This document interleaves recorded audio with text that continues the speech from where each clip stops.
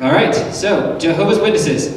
We're going to start with a little game called Fact or Fiction. All right. So the way this game works is you have to determine and think: do Jehovah's Witnesses actually believe that or not? So we'll just do this by a show of hands, and then at the end I'll tell you all the answers. So fact or fiction number 1: do Jehovah's Witnesses believe that the Trinity is a false doctrine, and that false doctrine is actually inspired by the devil? Fact or fiction? What do you think? Everyone who thinks that is true, raise your hand. Everyone who thinks that's not true, raise your hand. All right, good. You will find out in a moment.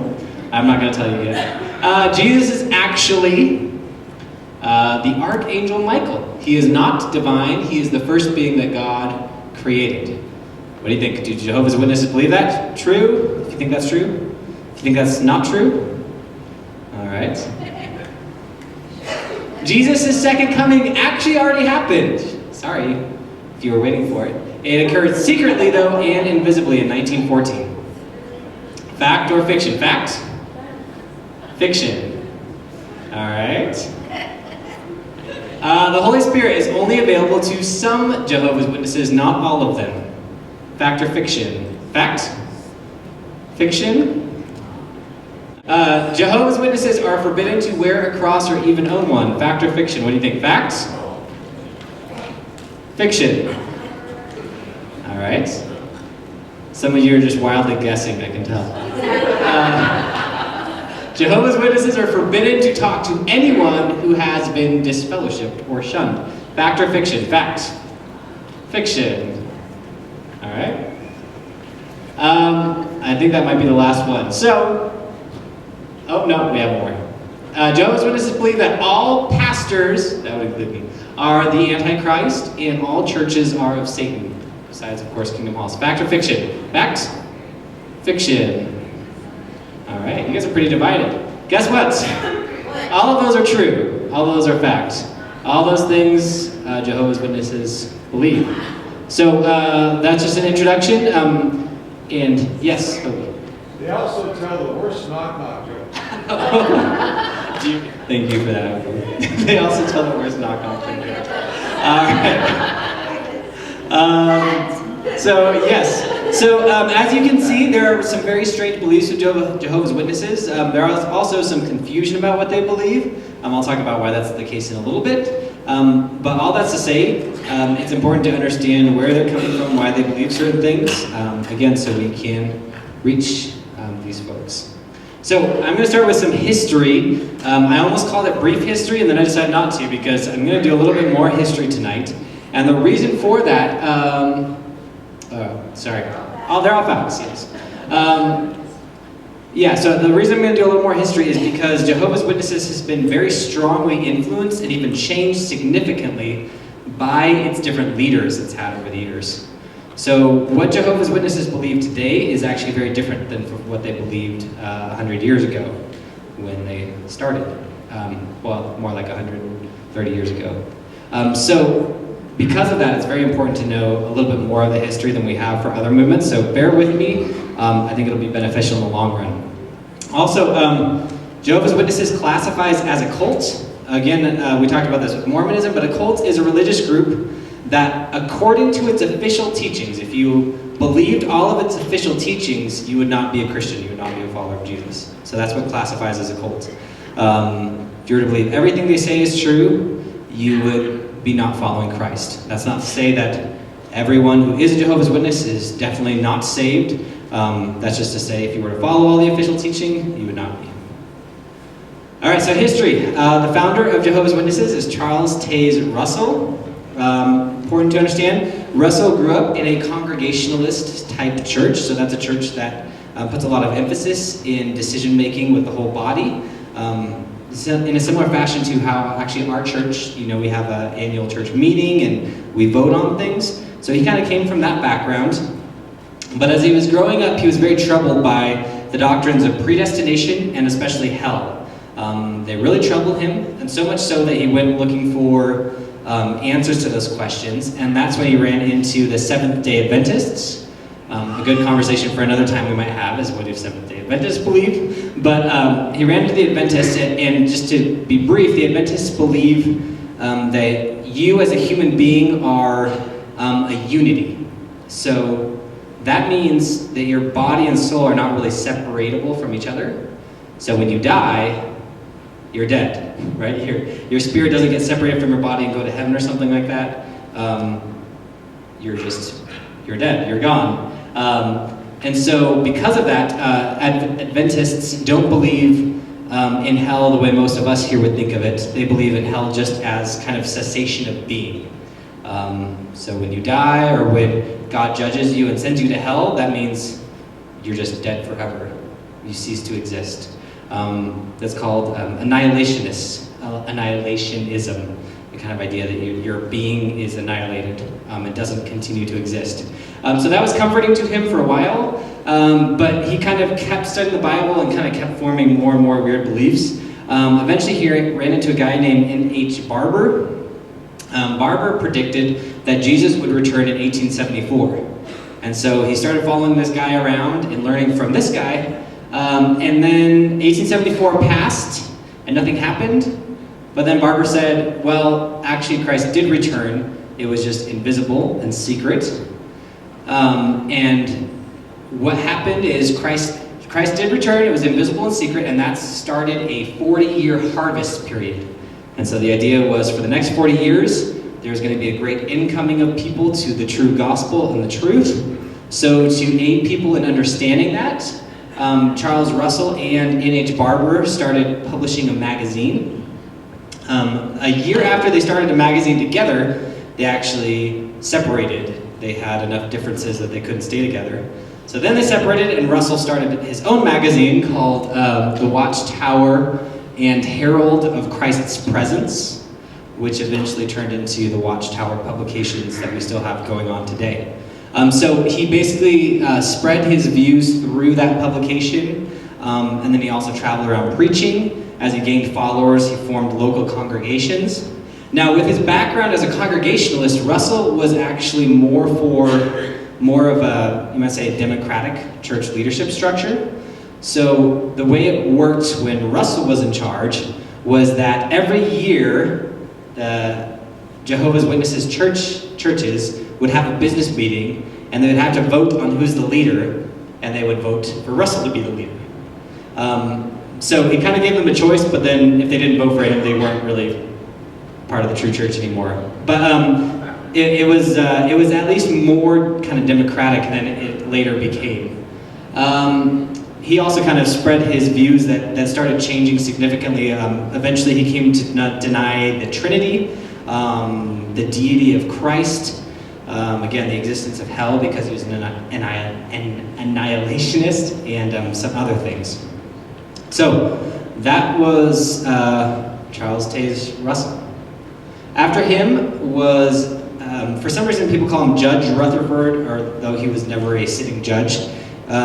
So Joseph Rutherford was actually the legal counselor for the Watchtower Society for a period of years. So he defended them in court trials when they were sued and that kind of thing. When Russell died, he was elected the new president, although a lot of witnesses were very dissatisfied with his election. And then on top of that, once he became the president, he started significantly changing a lot of the doctrines that witnesses believed. Because of that, quite a few Jehovah's Witnesses left at that time. Just so you know, they weren't actually yet even called Jehovah's Witnesses. That happened later, but I'm just using that same title because it's easier that way. He also changed the stress. Under Russell's leadership, the emphasis was really on character formation. Under Rutherford, the emphasis changed to make more converts. So go door to door, the more you do that, the better. So he really changed the emphasis, even to what it is today, on going door to door and the importance of that. After him was Nathan Knorr. He was the third president. More changes happened to him. He is also responsible for the New World Translation of the Bible, which is what Jehovah's Witnesses use. It has quite a few changes. Some of the more famous ones are that anywhere that the word Lord was, or Yahweh, they changed all that to Jehovah. They believe that Jehovah is God's title, and that to call him anything else is kind of demeaning to him. So they changed, every instance of the word Lord and Yahweh to Jehovah. He kind of focused more on local training, though, rather than as much outreach. So he sponsored a bunch of books and training programs to train up local witnesses to help them know and be able to defend what they believed better. Also, under his leadership, it really wasn't up to him, actually. The witnesses pushed for it so much they had to do it. They changed to having, instead of just a president, and that's it, under his leadership they changed to having a president and a governing board, kind of at the top of the leadership. Now what's interesting is, before Nor even finished being president, this guy, Frederick Franz, kind of started taking a stronger leadership in the witnesses, and he made a prediction that Christ would return in 1975, physically, right? He was already here invisibly. And the Watchtower publications urged Jehovah's Witnesses to sell their homes and quit their jobs so that they could engage in full-time preaching and witnessing to tell people that the world was going to end soon and that they needed to become a Jehovah's Witness. It didn't happen. And then the Watchtower publications started saying things like, "We never told you to quit your jobs and sell your homes. Why did you do that?" And basically kind of denied what I had very plainly said. So there was quite a few folks who left the Jehovah's Witnesses in 1976 because of that.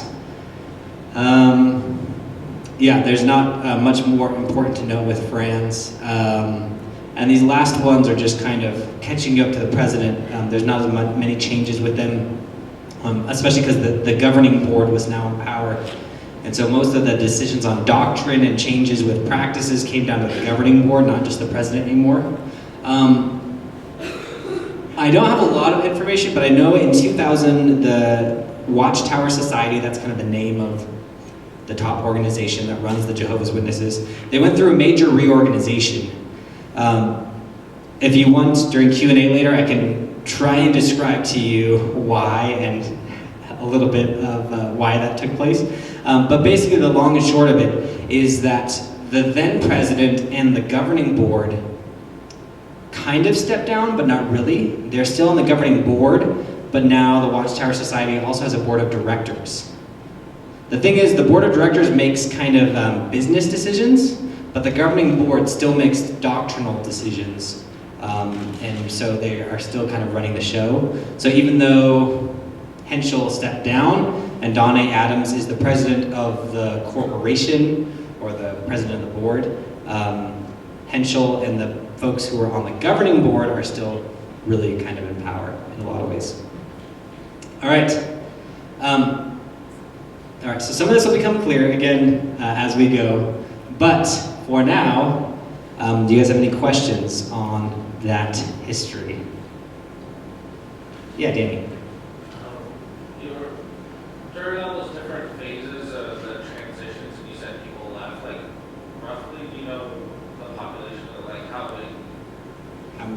So how many people left during those different transitions? And how many people are considered Jehovah's Witnesses? Yeah. I don't think I have the hard numbers with me. I know with the 1975 thing, about a third of all the witnesses left.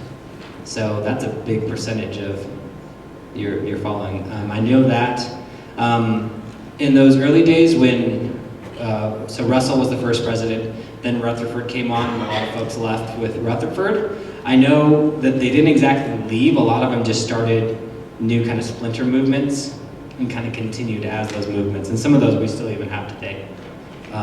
So some of those left the Jehovah's Witnesses, but kind of kept some of those weird teachings. But I don't know right off the top of my head how many Jehovah's Witnesses there are. Yeah, it's a good question though. All right, other questions?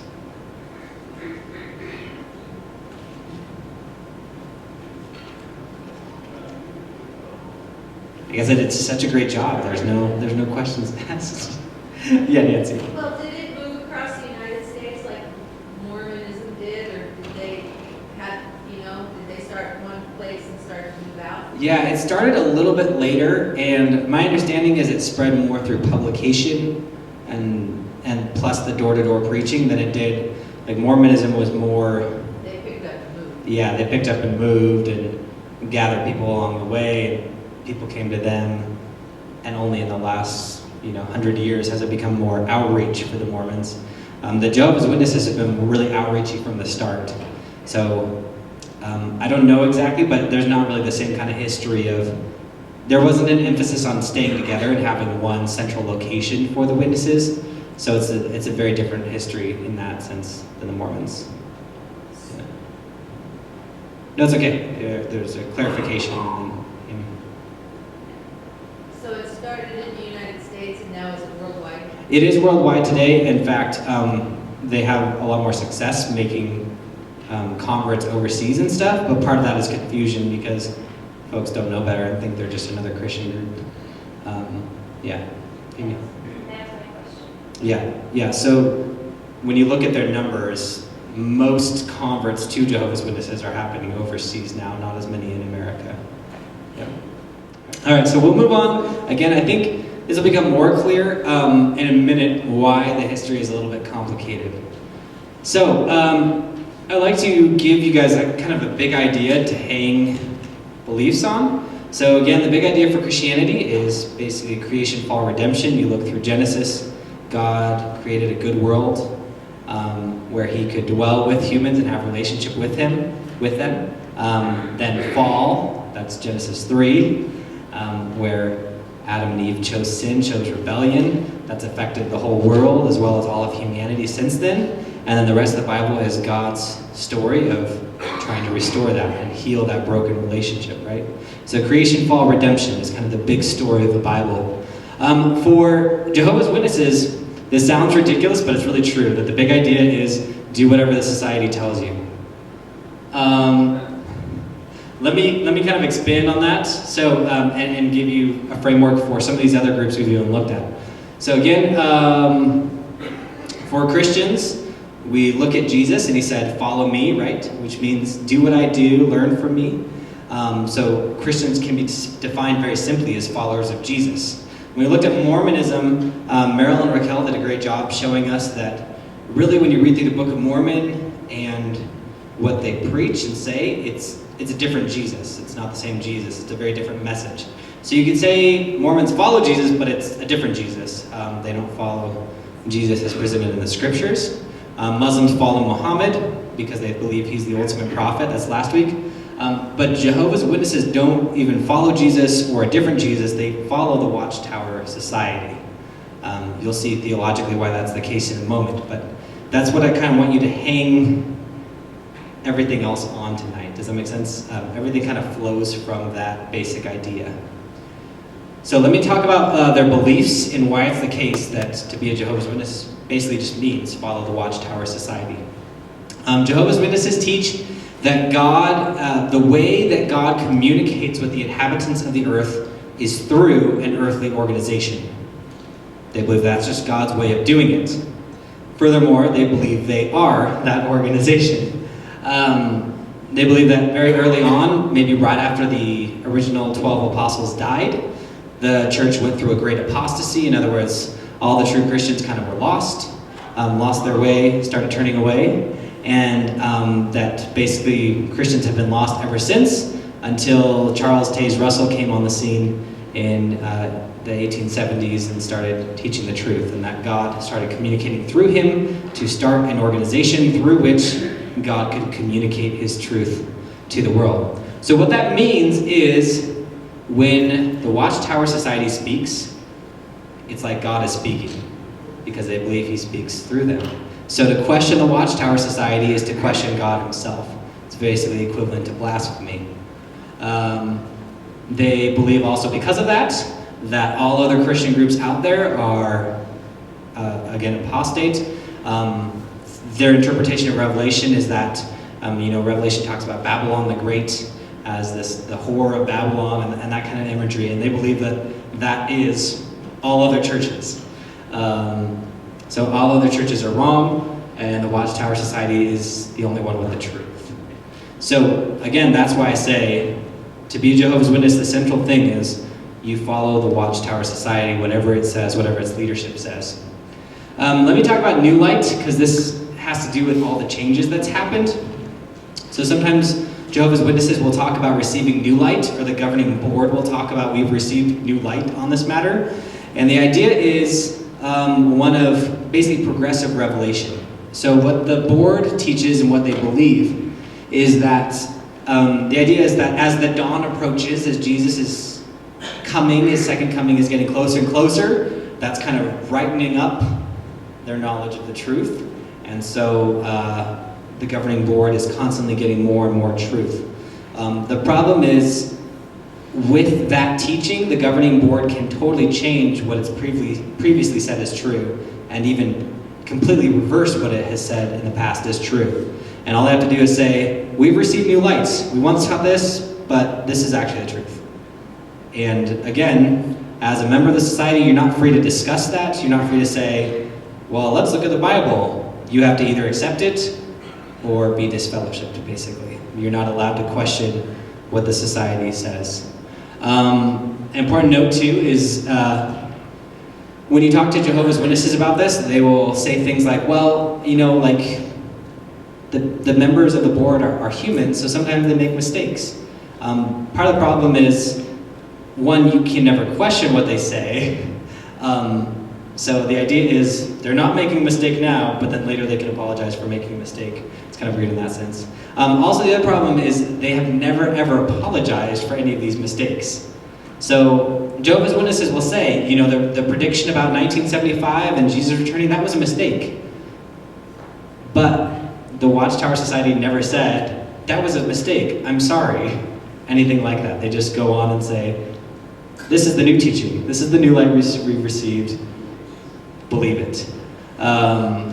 They also never offer any restoration of any kind, restitution. So all those folks who sold their homes, quit their jobs, they refuse to do anything to help them. Jehovah's Witnesses for a period of time said you couldn't receive organ transplants. I think it was a period of about 7 years, and then later received new light that said, oh wait, you can receive organ transplants. For a period of 7 years though, there were some Jehovah's Witnesses who were disfellowshipped because they received organ transplants. They were kicked out. After they reversed that decision, you're still kicked out forever. You can't ever go back, even though the society now admits that it was wrong to say that in the first place.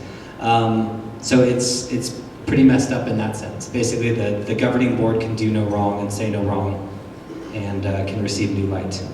So all that's to say, this is how the Watchtower Society gets away with changing its beliefs. This is how the different presidents have significantly changed even what Jehovah's Witnesses believe through the years, and basically gotten away with it.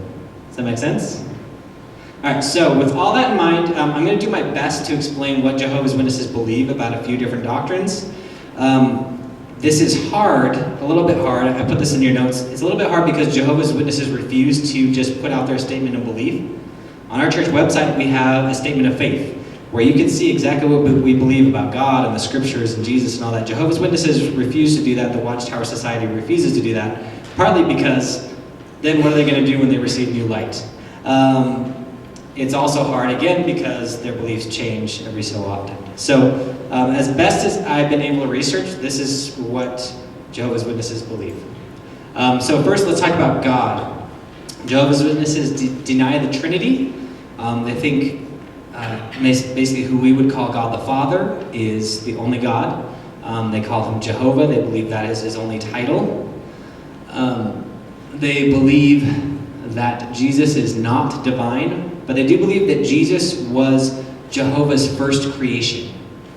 So when the Bible talks about Jesus being the firstborn of creation, they take that kind of in a more literal sense and say Jesus was the first of God's creations, and then Jesus, either by himself or in partnership with Jehovah, created everything else.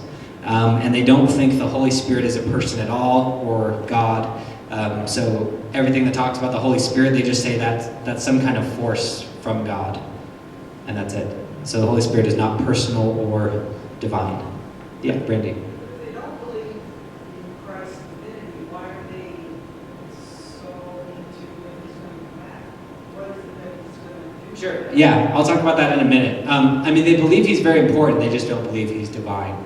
So they hold him in high esteem, and I'll talk about why in a minute. But again, it's because he's the first of the creation, and he's done some very important things. So yeah, he still holds a central place, but they don't think he is God. Let me just talk about the word Jehovah for a second. A lot of folks don't know this. So in the Hebrew Bible, God's name is recorded as YHWH. Archaeologists and Old Testament scholars have pieced it together, and they're pretty sure that the vowels that should go between those consonants make it into Yahweh. That's most probably how God's name was pronounced. What happened, though, is that God's name was so precious to the Jewish people that they wouldn't ever say it. So they started saying just the name, or they started saying Lord instead of Yahweh.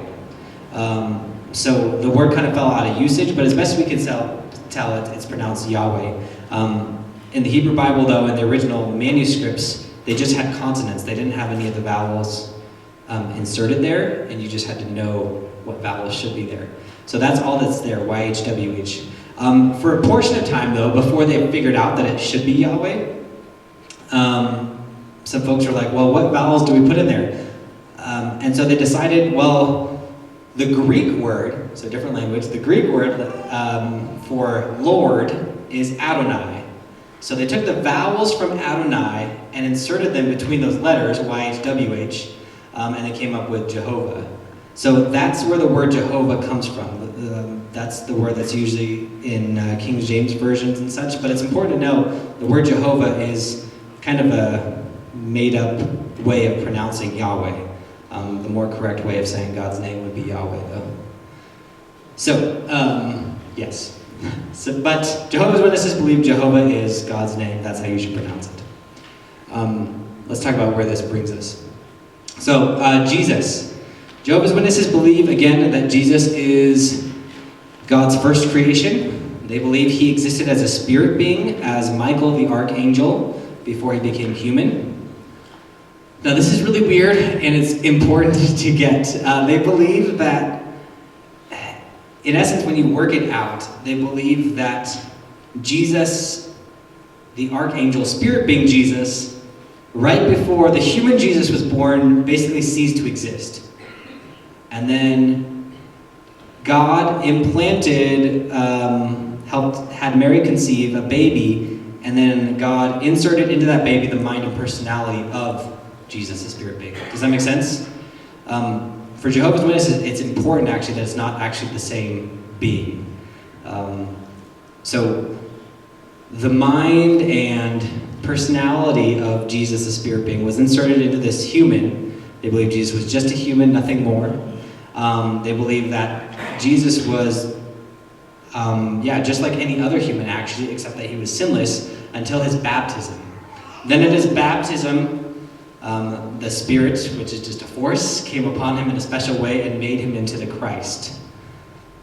So he became the Christ only at baptism. He was not divine. They believe he lived a perfect life.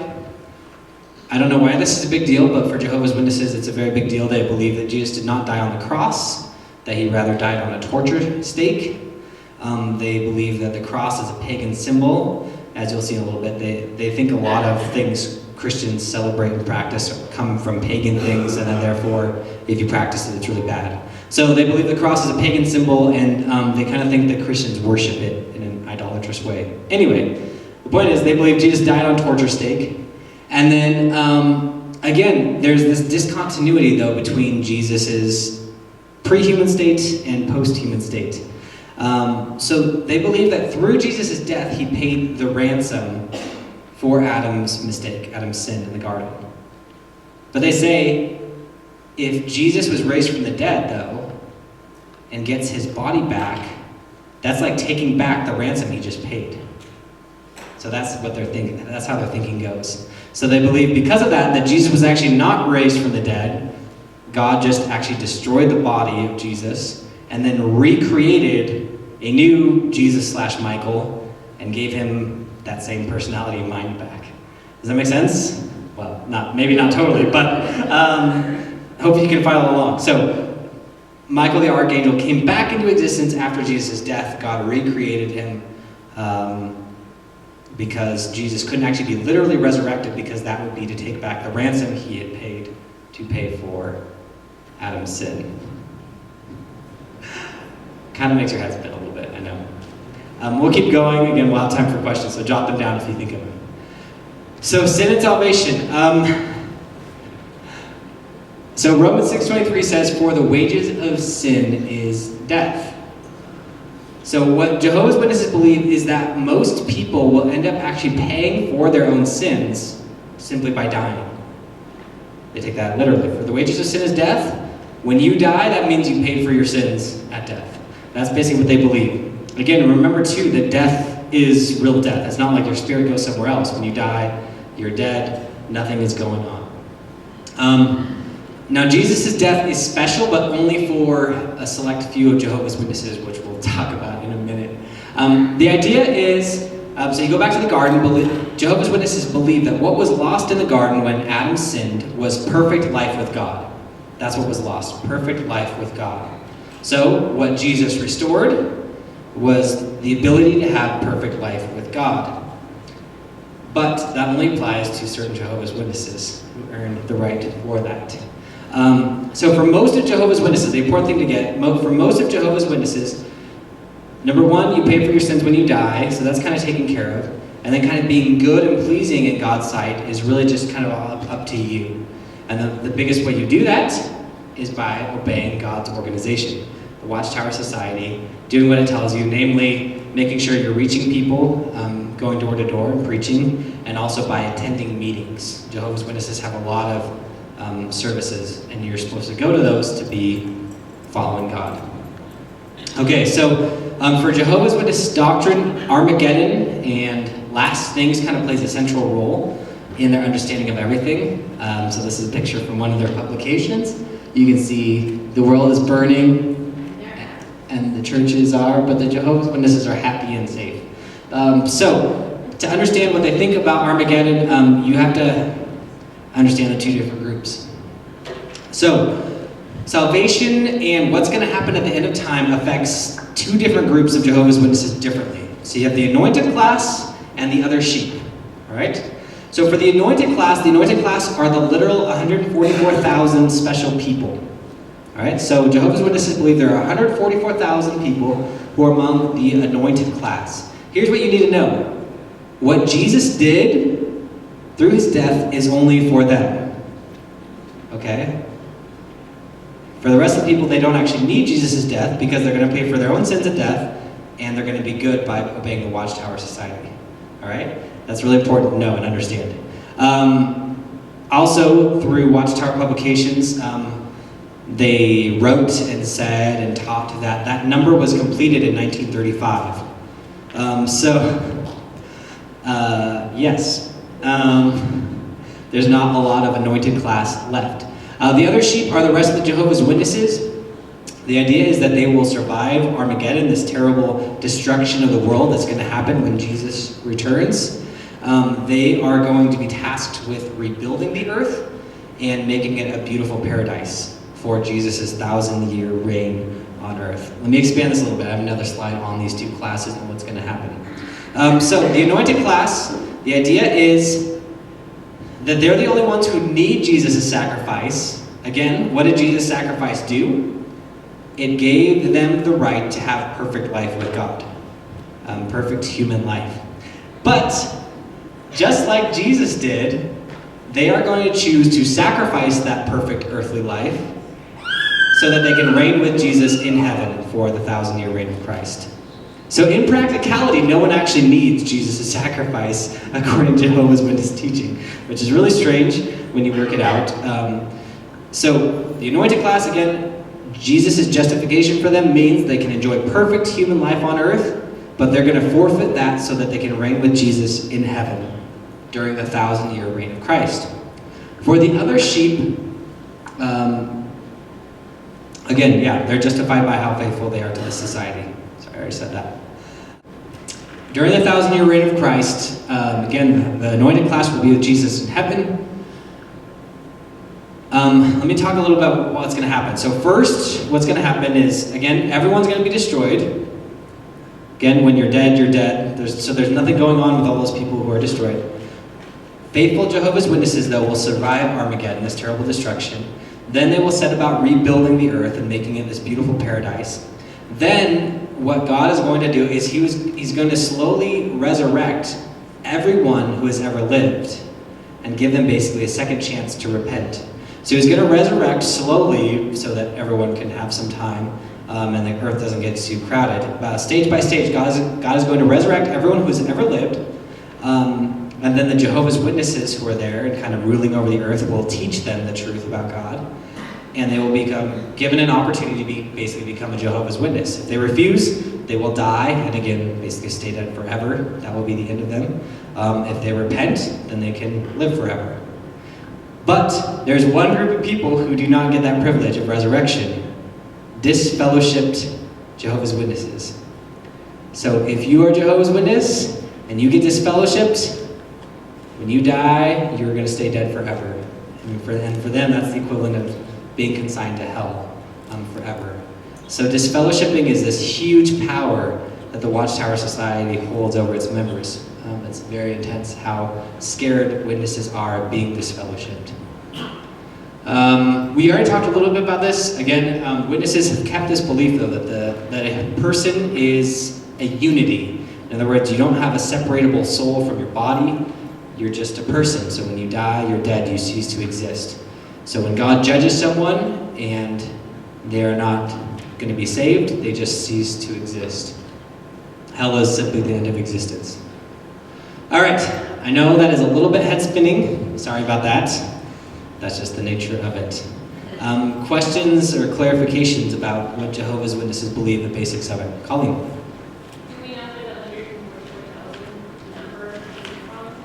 The 144th, where did the number 144,000 come from? That came from Revelation. I think it's early in Revelation, but it talks about 144,000 and then it talks about 12,000 from each of the tribes of Israel and that kind of thing. So a lot of this stuff comes from the way they read Revelation. That's where they get the number 144,000 though. Yeah, Nancy. So if you cannot separate the body and the soul, how do they apply that to Christ? That he's dead, and then he's recreated? Is that how? Yeah, exactly. So yeah, if you cannot separate the body and the soul, what does that mean for Christ? Yeah, that's exactly why they believe. That's why they believe Jesus couldn't be resurrected again, because that would be taking back his life that he had paid. And so that's why they think he was recreated. Yeah, because you're a unity. As strange as it is, though, they do believe in separate spirit beings. They're just kind of a different class of being altogether. So, yeah.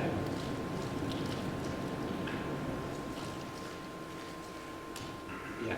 So then, did they believe that God planted the seed in Mary and Jesus, or she just had a baby? Do they believe that God planted the seed in Mary? I think they believe that God did it through his power, not that he did it physically or something like that. But yeah, so I think they would, so the text says, the Spirit overshadowed Mary or something like that and caused her to conceive. So they would just simply interpret that as Jehovah's power made it happen. Does that make sense? They just wouldn't see the Spirit as a personal being in that, but they still think Jehovah did that. Yeah. Sherilyn and then Emma. Didn't get on the slides about what the other sheep's job is or whatever. Oh my gosh. Sure, what the other sheep's job is. Yeah, is the 144,000 before it's there? Yeah, the 144,000 basically rule with Jesus in heaven. The other sheep kind of rule over the earth in essence, and their job during the 1,000-year reign of Christ is first to clean up the earth and make it beautiful. Then after they finish doing that, their job is basically to be Bible teachers and to teach all the resurrected people the truth about God. Yeah. Sherilyn. You said the American gospel has sacrifice for families and pleasures in order to reign with Christ. Yeah. Accordingly, most witnesses would not want to be part of this class, even if they could. Yeah, so what happened was a kind of a shift in emphasis.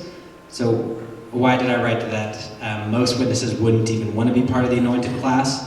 What happened is very early on in the Jehovah's Witness movement, it was made a big deal. And basically it was just assumed that if you were a faithful Jehovah's Witness, you were part of the anointed class.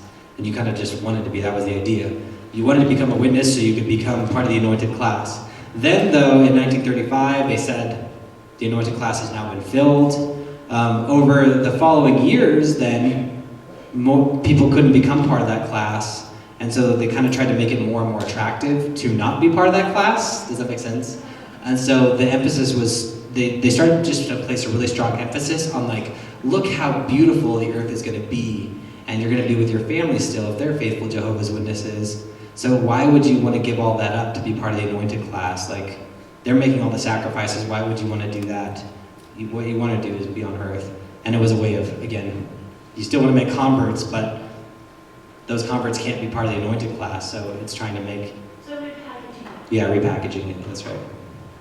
Yeah, good question. Yeah, Robert. What do they think is going to happen after the 1,000 years reign of Christ is over? What will happen then? What will happen after the 1,000-year reign of Christ is over?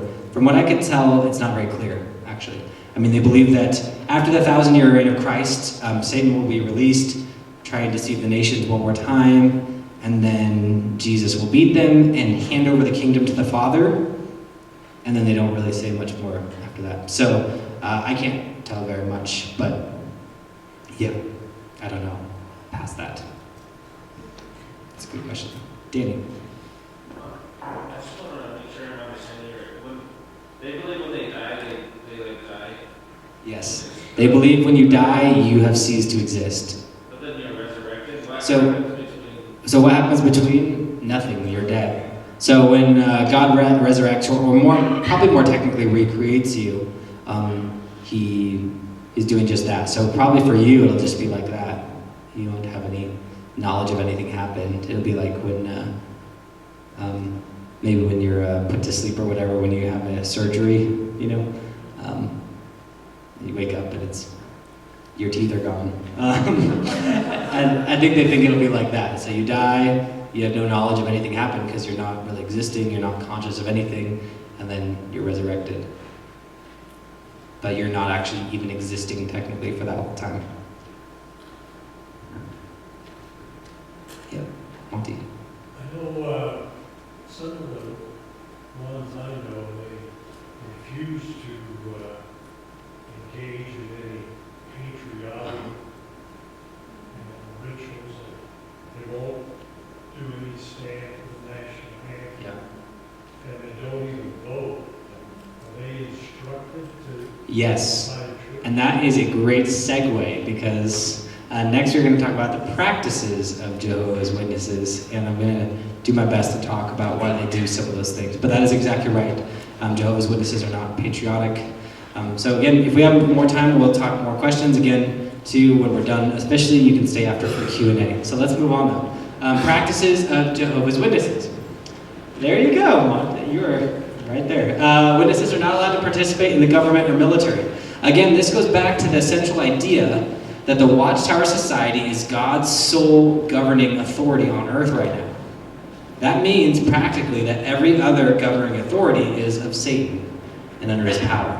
So the idea is other churches and every single other government is not God's sole channel of communication, therefore it's under the power of the devil.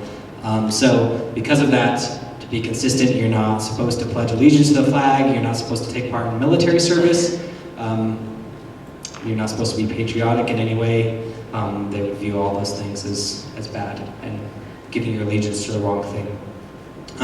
It's worth noting too that that was a pretty significant change. For the first, I think 40 years of Jehovah's Witnesses, that was not official teaching at all. So that's one of those major changes that happened. Under Russell, people could be patriotic, people celebrated holidays, people joined the military, that kind of thing. It was under Rutherford that this started changing. Witnesses practice disfellowshipping and shunning. We've already talked a little bit about that. I think you are already starting to get the sense of how powerful that could be. You also need to know witnesses are very strongly warned against having friends who are not Jehovah's Witnesses. And so basically, Jehovah's Witnesses become your whole family. You're not allowed to marry someone who's not a witness. And then, if someone is disfellowshipped, you're not allowed to talk to them. If you talk to someone who's been disfellowshipped, you can actually be disfellowshipped for doing that if you communicate with them. So, because of that, there's even some witnesses who have a lot of doubts about what they believe, but they know that to leave would be to cut ties with their family and all their friends, and so they stay as part of the movement because of that. So it holds a lot of power over witnesses. Witnesses are not allowed pure blood transfusions. Many of you already know this. This is one of the more famous things witnesses are known for. This goes back to taking literally passages in the Bible about not eating blood. In the book of Acts, even when the Jerusalem Council rules, you don't have to become a Jew to become a Christian, but they should still abstain from meat sacrifice to idols, and it also mentions blood there. So they take that literally to say you're not supposed to ingest blood. That includes blood transfusions. Now what's weird and what a lot of people don't know is they've changed the rulings subtly on some of these things. So you're allowed, and I'm not a scientist or a doctor, so I don't even totally understand this, but you're allowed to take certain fractions. Some of you here could probably explain that better. But basically the long and short of it, there's parts of the blood that you can use. That's up to you as a witness to take. But just to take a pure and simple blood transfusion is not allowed. You will be disfellowshipped if you do that. Witnesses do not participate in any holidays, including their birthdays. No Mother's Day, no Father's Day, Christmas, Easter. Almost all those holidays they say are pagan in root, similar to what they say about the cross. They're pagan in root. You can't celebrate them. That's basically worshiping the devil to celebrate that holiday. You can't celebrate your birthday because that might cause you to be prideful and become focused on yourself. That's the same reason why they don't celebrate Mother's Day or Father's Day. Now again, I know some of these things are like, that seems like a really weird reason, and it is, but the main reason is not the reasoning behind it. The main reason is because the Watchtower Society said so, right? That's the main reason that you're not allowed to do that, not because it makes so much theological sense. Finally, witnesses reject the cross as a pagan symbol, object of worship. We already talked a little bit about that. I bring that up though again because if you know a witness or you're ever in a position where you're leading someone who was a Jehovah's Witness to Christ, something I read said that you want to be slow to inviting them to church. It's very hard for them to come to church because we have crosses here, and they've been ingrained and instilled for so long that the cross is this evil symbol, and that Christians worship the cross, so it can be very hard for them to come to a church building ever. So practices. Now, questions on those practices. Nancy. Well, one of the groups that I used to talk with when they came to the house, they celebrated anniversaries. Oh, they celebrate anniversaries. I did not know that. Okay, that's good. And their reasoning was, Yeah, so you questioned Jehovah's Witness or about why they celebrate anniversaries because it's so self-centered. it's the same as the rest. Yeah, it is. Celebration. Yeah, Mother's Day and Father's Day are very similar. I don't know. It's because the society says so. That's basically what it comes down to. Yeah, Brandy, and then Danny. Do they get out of military service then, like the Quakers did? Do they get out of military service? So it's mixed. So 1919 is a pretty big year, partly because Rutherford and some other leaders were put in prison for saying you can't be involved in the military. And then with the end of World War I and stuff like that, there was a ruling and they were released, and they took that as like a sign of God's favor on their stance and that kind of thing. So I'm not sure about today, but I know it's been divided in the past where it almost seems more like a case-by-case thing. Something I was reading said that they got like tons of new preachers and followers when World War II started, because it said, hey, I can get out of service by joining you guys, and then a lot of those, or some of those got put in prison or different things. So some of them do, but not all of them is my sense, but I couldn't answer more than that. Danny? Can I just curious if you were military, when you become a Jehovah's Witness, is your past, or is it just no action once you're? Yeah, I think it's in your past. So if you become a witness, they would, I'm pretty sure would say you have to stop being in the military if you're becoming a Jehovah's Witness. I don't know for sure, it's still that way, but I do subsidize housing, Okay. but that's early 80s. Okay, so in the early 80s, you knew a family who took subsidized housing. Yeah. Yeah, I mean, I know with the blood transfusions, there's a little bit of mixed things. Like, for example, now you can have organ transplants, but you're not allowed to be an organ donor. So there's a little bit of hypocrisy there, so I wouldn't be surprised if that continues in other areas as well, where you're not allowed to serve the government, but it's okay if you receive sort of the kingdom. Colin and then Beth. Maybe you're going to get to this, but I was wondering if they have tithing policies, or do they follow the same Do they have tithing policies? I don't remember from anything I read. Again, think off the top of my head. Yeah, let me look at my notes while I attempt to listen and answer the next question. If two witnesses are married to each other and one gets disfellowshipped, how does that work? If two witnesses are married to each other and one gets disfellowshipped, the other, they basically are divorced and separated and they're not allowed to see each other. Robin and then Nancy. Are they allowed to attend any Kingdom Hall they choose, or do they have to go to one in their area? Are they allowed to attend any Kingdom Hall they choose? My understanding is that they're strongly encouraged to go to the one that's geographically closest, but I don't think I am not sure, but I don't think they like check up and make sure you're doing that. But you're supposed to go to the one closest to you. Nancy. So, I'm kind of going on to what Colleen was talking. When they had that time in 75, when they were all told to sell their homes and quit their jobs, where did the funds go? That were collected? Oh, well, that was more. So in 1975, when they were told to quit their jobs and sell their homes and that kind of thing, the idea was to sell your home and live off the proceeds as you preached. The idea was to basically be able to pay for yourself to survive while you just preached full time. So they weren't giving it all to the organization. Yeah, that's a good question though. Yeah. All right, let's move on. Again, we'll have more Q&A at the end of the night. This is good though. Is it starting to become a little more clear though? I think the more you go, it kind of, the fog clears away a little bit. You can kind of start seeing how things hang together. I know it is still hard and weird, but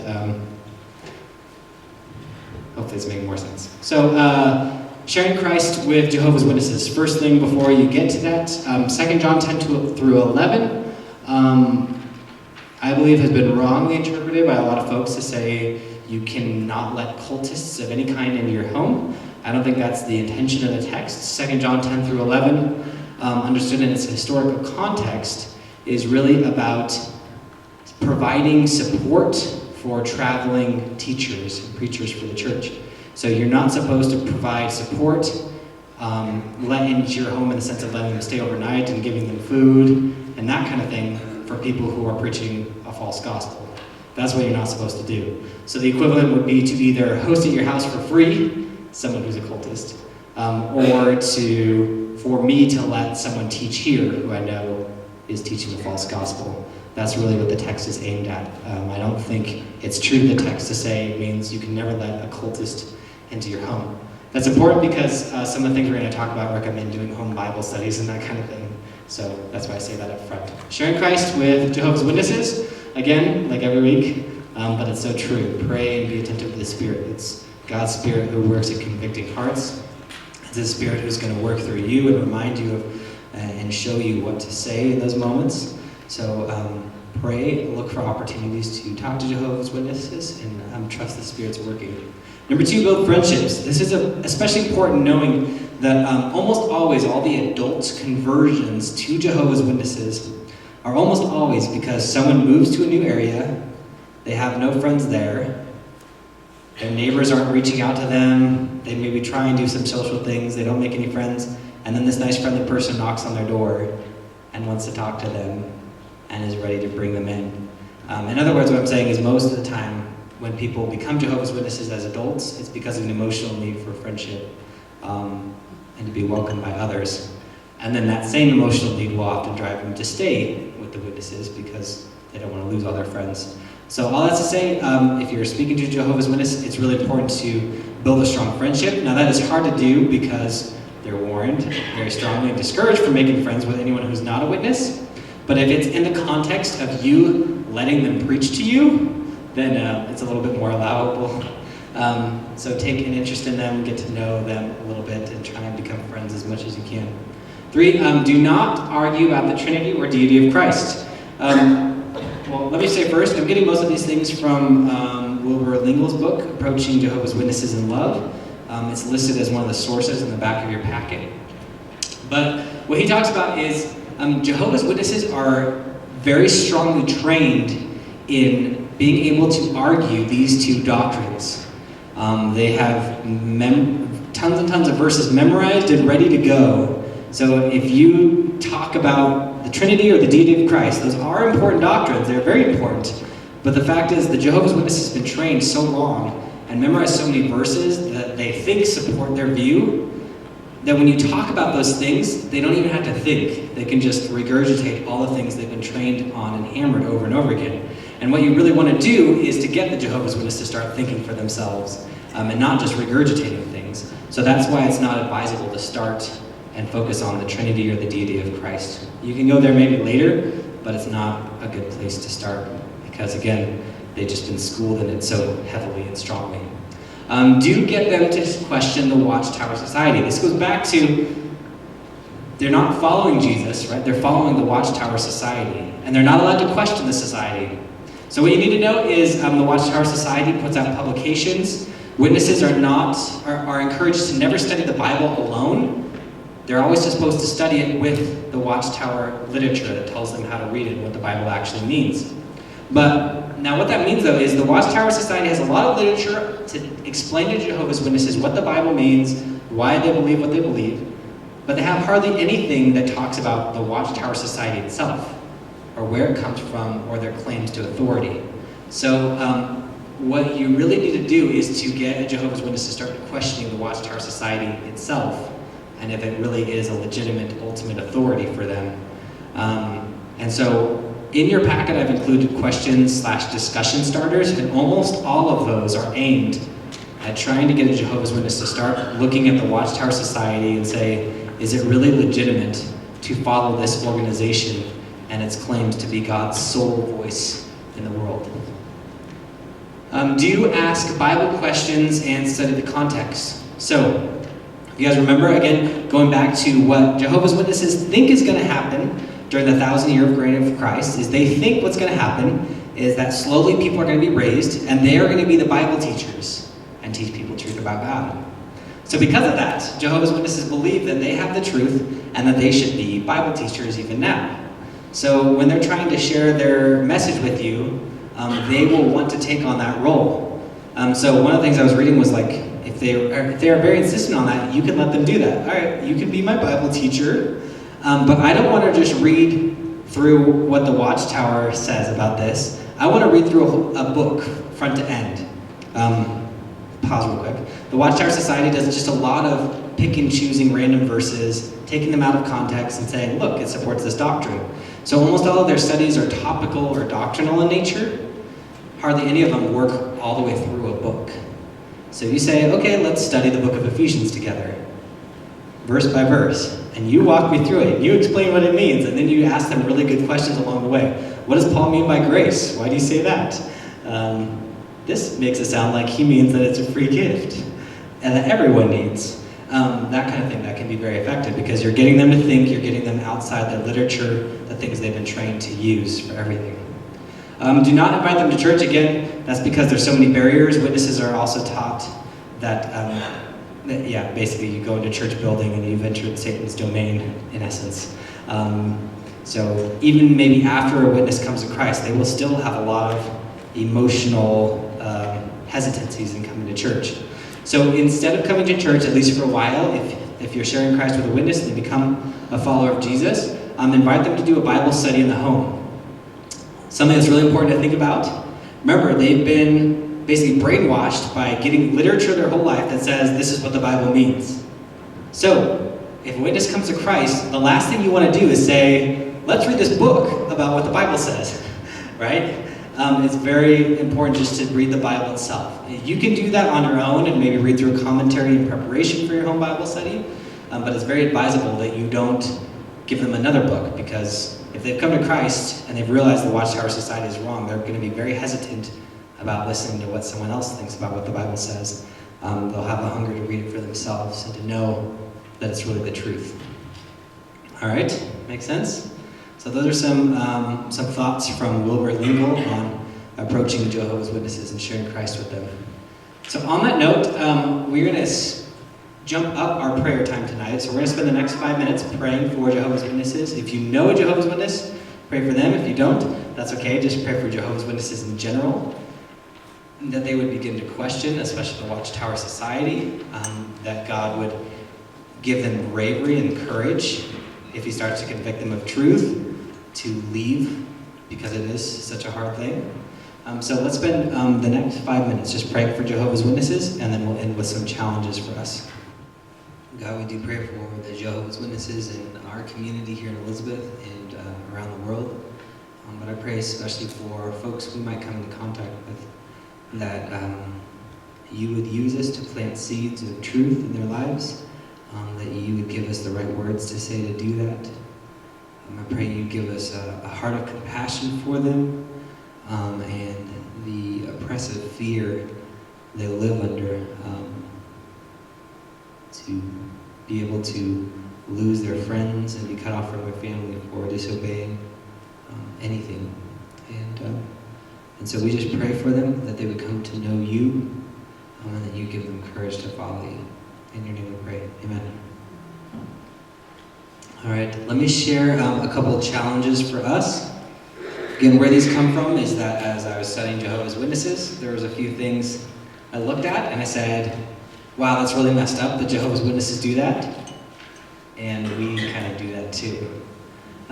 Or, actually I think all of them were that way for Jehovah's Witnesses. The other thing that sometimes happens is I say, wow, Jehovah's Witnesses are actually better than that than Christians, but we should be better at that. Why aren't we? So anyway, exegesis, not eisegesis. So these are two Greek words. They are the fancy Greek words for basic Bible interpretation. Ex means out of, Jesus means to lead, and ace means into. So this is just a fancy way of saying when you read the Bible, you should let the Bible be the authority, and you should let the Bible lead you into truth, not you lead the Bible into what you think is truth. Does that make sense? That's the fundamental difference.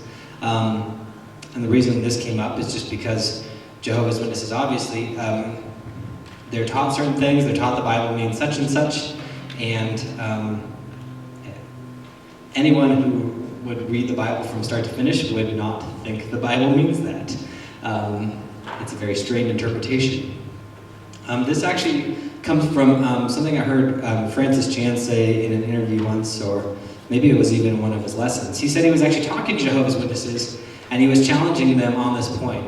And he was basically saying, tell me the truth. Like, if you just sat alone with the Bible and you'd never read it before, and you had the Bible and you opened it up and you read it from start to finish, would you ever come up with the idea that Jesus is the Archangel Michael, or any of these other things? And it was a cool moment because they apparently were like, I don't think we would. But then he started thinking about it. He's like, is that true for me and what I believe about the Bible? Or would some of my beliefs stand that test? Or are they things that I've just picked up along the way, and because I've always heard them, that's just what I kind of read into the text? Would I, if I had never read the Bible before and I sat down to read it, would I believe all the things exactly like I do now? And it's a good warning just that, again, the Bible is our authority, not our tradition. So tradition is good, what you've been taught a lot of times is good and right, but that always has to be held with open hands as you read the Bible, and you should always be willing to let God and His Spirit, through the Word, correct that and challenge that. So exegesis, not eisegesis. Second thing, beware of equations and dates. So again, Jehovah's Witnesses really started with a failed prediction about when Christ would return. And then it continued along that way for quite a while. Right? It was going to be 1914, and then it was going to be 1925, and then it was going to be 1974. I haven't heard any, maybe they got over making dates. But there was a lot of fancy equations that came in with coming up with all those different dates. And sometimes I hear fellow Christians doing the same thing. They'll read a book that just came out, usually not by a Bible scholar, usually someone with an engineering background who really likes math, and they'll say, I figured out the equations in Daniel and Revelation, and Jesus is going to come back on this date or this year, and it's coming soon. Anyway, all that's to say, we all know, Jesus said, Matthew 24:36, no one knows the day or the hour. And in addition, he said, you should keep watch. In other words, basically Jesus' message is, you should always live as if I could come back at any moment. So my whole thing is, one, we can't know. But two, even if you could, that shouldn't actually change really anything. Because Jesus told you to live as if he could come back at any moment. So I get kind of frustrated when I hear Christians talking about, do you think it's going to be soon? I just want to say, yes, maybe. He could come back right now. He could come back tomorrow morning. What you are supposed to do remains the same regardless. You're supposed to be faithful to him. I feel like it's putting the emphasis in the wrong place whenever people get caught up in, is he coming back sooner or later? Or what do we do with all these numbers? Anyway, importance of church history. I talked about this with Mormonism. I think it's true of this as well. Jehovah's Witnesses, speaking of Jesus, they fall into the Christological heresy of Arianism. It was a very strong heresy. It gained a really strong following. I think it was in the 4th century. But it was basically the belief that Jesus was God's first creation, not totally divine. The Greek words are kind of fun. In the creed, it comes down to if Jesus is homoousios or homoiousios. And the difference is Jesus the same substance as the Father? Is Jesus fully divine, or is he of like substance? Is he like the Father, but not the same? And in the end, the church discussed it, and they realized if Jesus is like the Father, but not fully the Father, then he cannot actually show us what God is like, and he's not truly the one mediator between God and man, because who is he to mediate between God and man if he's not fully God, and he's not a full revelation of who God is? And so what happens with any heresy is that it makes the good news not really the good news anymore. It changes the gospel and makes it not into the gospel. So the importance of church history is knowing those things. Again, I just wonder if the folks in Russell's day, Charles Taze Russell, the founder of Jehovah's Witnesses, if they had been taught that in their churches, if it had never gotten off the ground, or at least not gotten as strong as it did. Importance of church history. Last one, be a good literal neighbor. The idea is, again, most Jehovah's Witness conversions come through people with an emotional need who are lonely. No one's reached out to them. A nice Jehovah's Witness comes and knocks on their door, and the rest is history. And so, all that's to say, you can't do anything about people who don't live in your neighborhood. But if someone new moves in, make sure you're being a good neighbor to them. Welcome them, befriend them, reach out to them. Be the first one to take a step. I think it's tragic that someone might become a Jehovah's Witness just simply because they knocked on a door that we could have knocked on first and welcomed someone in and given them the truth.